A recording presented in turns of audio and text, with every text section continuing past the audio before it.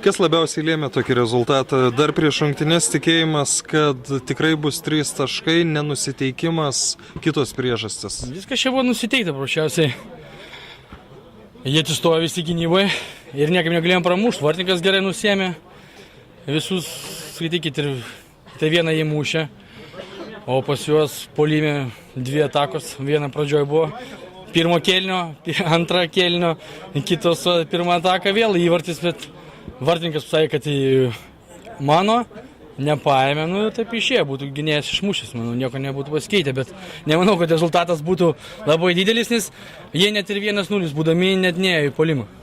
Bet šiaip juk ne pirma komanda, kuri prieš jų žaidžia taip besigindama. Tai jie iš vis nežaidė. Ar jie žaidžia, jie net futbolo nežaidžia, jie atsistoja ir gynasi, nei, kai sako, jokio žaidimo. Jie ką, išmuš kamuolį, vienas žaidėjas permės, užbėgs ir viskas, daugiau nieko nedaro. Tai čia patarimas, kaip žaisti prieš jūs? Ne, aš sakiau, kaip jie žaidžia. Ne, tai teisingai, jeigu mes patį pirmą sezoną, kai pradėjome žaisti, mes irgi surinkom tokie patys, jie, kurie net kamuolio nemokam vedžiotis. Biški kamuolį pamušam, atsistovim gynybą, nu ir laimėjom pirmais metais. Taip pat buvo tokia pati situacija. Ir buvo pas mus vienas puolėjas, kuris tai bėgo ir mušė ir viskas, net kontratakų taip ir išėjo. Nu. Labai nuliūdino rezultatas. Ne, aišku, norėjusi laimėti, nes aš manau, kad sekančios komandos visos liko stipresnės.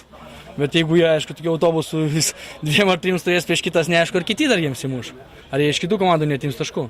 Tai dabar linkit, kad jie atiminėtų taip pat. Nu, tai vis laik geriausia, kad visos komandos lygiai žaistų, mes laik laimėtume. Ačiū.